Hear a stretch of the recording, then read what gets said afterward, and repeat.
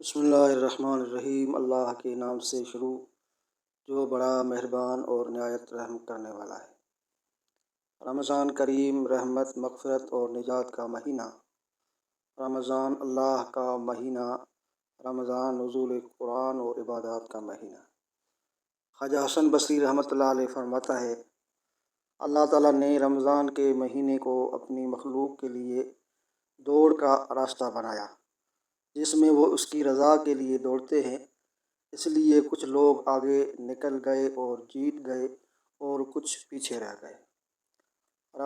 ناظرین کرام، رمضان مبارک کی آمد سے پہلے ہم کو کیا کرنا چاہیے، یہ معلومات ہر مسلمان کے لیے ضروری ہے۔ آج کی اس ویڈیو میں ہم 7 اہم باتیں بیان کریں گے جو رمضان سے پہلے اور رمضان میں ضروری ہے۔ نمبر 1، اللہ پاک سے یہ دعا کریں کہ رمضان نصیب ہو۔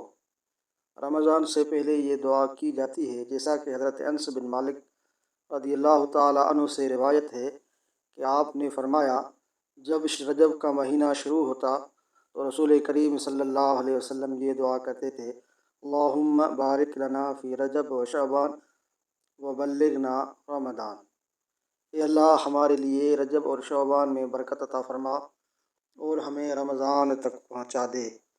اس کی وجہ سے علامہ ابن رجب رحمہ اللہ فرماتے ہیں، نیک لوگوں کے دل تڑپتے ہیں اس مہینے کے لیے اور اس سے جدائی کے درد سے وہ کراہتے ہیں۔ نمبر 2، شکر گزاری۔ رمضان المبارک ملنے پر اللہ تبارک و تعالیٰ کا شکر ادا کرنا چاہیے، کیونکہ رسول اللہ صلی اللہ علیہ وسلم نے فرمایا، تمہارے پاس رمضان المبارک کا مہینہ آیا ہے، اللہ تعالیٰ نے تم پر اس کے روزے فرض کیے ہیں، اس میں جنت کے دروازے کھول دیے جاتے ہیں، جہنم کے دروازے بند کر دیے جاتے ہیں اور سرکش شیاطین اس میں جکڑے ہوئے ہیں۔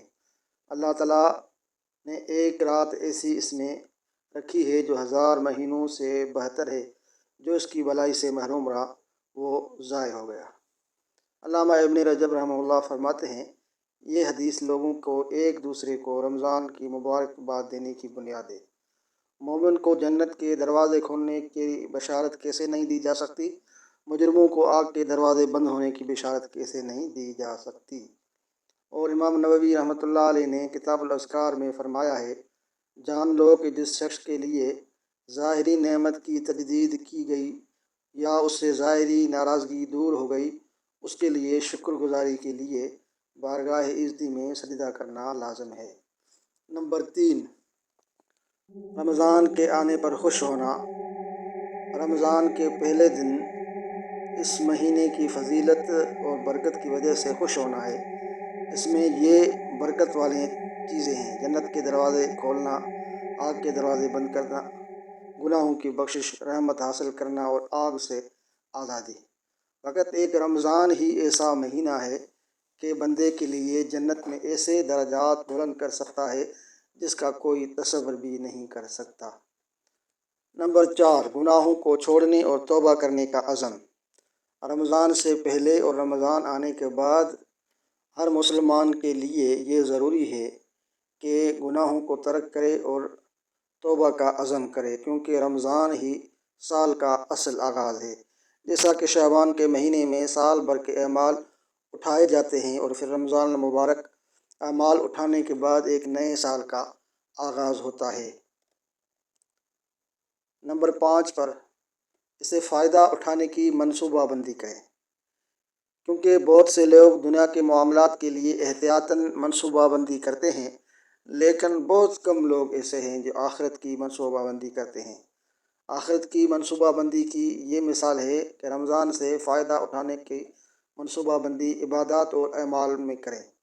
اس لیے رمضان کے دنوں اور راتوں کو اللہ تعالیٰ کی اطاعت میں گزارنے کا عملی پروگرام ترتیب دیں اور اپنے وقت کو اہل خانہ، پڑھنے، سونے، نمازوں وغیرہ میں تقسیم کریں، منظم رہیں اور بے ترتیب نہ ہوں۔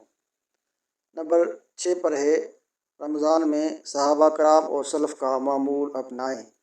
رمضان کا مہینہ نزول قرآن کا مہینہ ہے، اس لیے اسلاف کا یہ طریقہ تھا کہ رمضان کے مہینے میں زیادہ سے زیادہ قرآن کریم کی تلاوت کرتے تھے۔ جب رمضان آتا تھا تو حضرت سفیان ثوری رحمۃ اللہ علیہ باقی سب کام چھوڑ کر تلاوت قرآن میں مشغول ہوتا تھا۔ امام شافعی رحمۃ اللہ رمضان میں 60 ختم پاک اور باقی مہینوں میں 30 ختم پاک تلاوت کرتے تھے۔ امام بخاری رمضان کے دن میں روزانہ 1 ختم اور تراویح کے بعد روزانہ 10 پارے تلاوت کرتے تھے۔